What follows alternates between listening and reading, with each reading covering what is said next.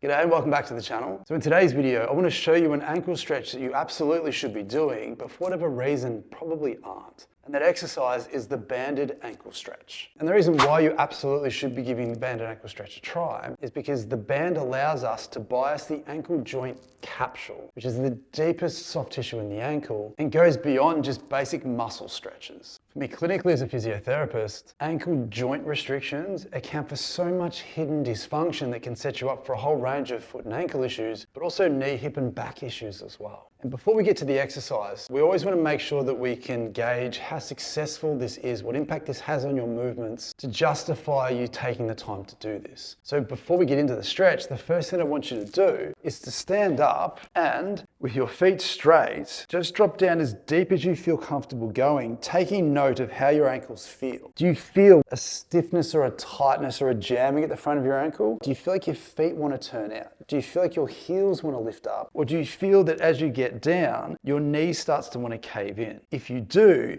these can be a sign that you're running into the end of your ankle flexibility. Take note of how that feels, how far you go. Do this exercise, then immediately come back to the exact same squat again to see whether it's genuinely done something for you. You should feel lighter and looser afterwards. Hold me to it, because if you don't, then you haven't really done anything. And how I'd like you to do it is once you have your band and secured it to something sturdy, you want to place the band just below the bumps at the base of your ankle. From here, we want to step out as far as you feel you can, so you've got enough tension on the band. Plant your foot down and then step past the band, because we're looking to try and close down your back ankle. Bending your knee forward so that the band is pulling your ankle joint backwards. The other thing to pay attention to, just to come front on for a second, is if you have the band pulling backwards, if you run into your ankle range, you may find that your knee will want to turn out to go around that ankle restriction. So you might end up on the inside of your foot. We don't want that. With your foot straight and your big toe on the ground, we want you out as far as you feel comfortable, coming out in this direction rather than forwards or inwards. We want to expose that restriction so we can go through it, so that when you're back in this position again, you can find that position. You can hang out here for 30 seconds to 2 minutes, or if you feel comfortable enough, you can gently oscillate in and out of the end of that range just before or just as you feel your heel wants to come up off the ground. Again, spend 30 seconds, 60 seconds, 2 minutes doing this. And then once you've done that, if you immediately come back to your squats again, you should feel that there's an